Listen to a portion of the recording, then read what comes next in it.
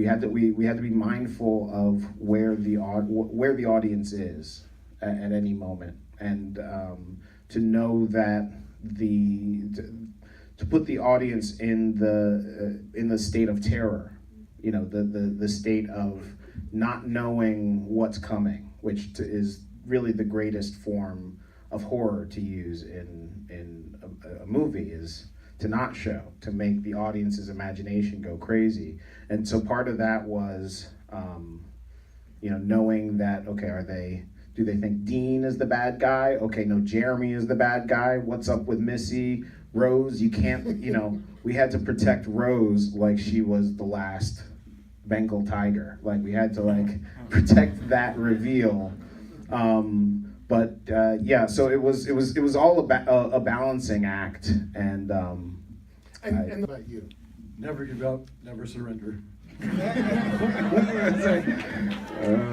Well, it's because you know, it's my job to make a vision come true, and I thought I was going to have a nervous breakdown because I was afraid of failing a lot, and but perseverance, you know, knowing it's got to be upstate New York, it's got to be, you know, it's got to look a certain way, and I think I will never give up. You know, finding that house was such a huge hurdle, because it's all about that, you know, and the whole Blumhouse formula also of, like, keep it in one spot, and if you don't have the right spot, and we were talking about splitting it up and not being able to look at the road and these other and I'm really glad that I you know, just fight, never give up on your dream. We're glad you fought too. yeah. Greg, how about you? You know, for me, it's the thing I hope to take away from it was it was such a wonderful experience. There was such respect for the process and respect for the film. I just hope I have an experience this good later on. Jordan, as he talked about, by the middle of the movie, we talked about, we had these mind melds where we were on the same page, but he allowed me to explore, and he allowed me to realize his vision. And he had enough confidence in himself to say, try something. Not, it has to be exactly what I want it. And that's rare. A lot of times you're told to be a pair of hands and do it this way, do it that way. And he allowed me to explore, and I think it allowed him to explore, and it was just such a great relationship. It wasn't a dictatorship, it was a relationship, and that's what I hope to that's what I strive for the rest of my career. Michael, you will take a lot of this back to the kids you teach, and to compositional works that you're doing, in addition to maybe more work on films. What do you take away from this that you hope will fuel your other collaborations? Well, my students, they'll say, "Good job, we get out, Mr. A." And that'll last, I get about 5 minutes worth of cred with them out of that. Then it's back to business as usual. I think Greg really described it. I really felt the same situation. I felt like I was just really blessed to be a part of this.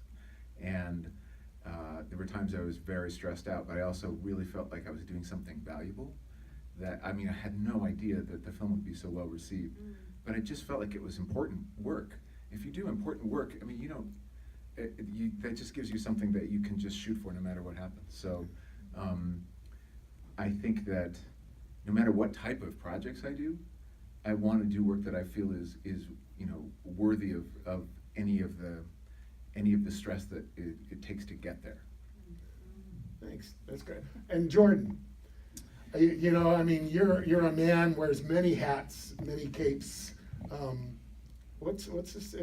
We can only imagine what it must be like for you. But is there one thing that you kind of took away from this in your long career that was so unique that you'll hold on to it in a precious way? You know, I think I had so much doubt, and I participated myself in conceiving this movie. I participated in the systemic notion that this movie would never get made, and if it got made, it would be people would hate it and hate me, and that and so, you know, in making this movie was, or I should say, in the writing process, it was for me this idea that I can have my favorite movie, even if it's just in my computer and in my mind. And going forward, I know that if it's my favorite movie, it's going to work for other people. Couldn't say it better. Ladies and gentlemen, the filmmakers behind Get Out.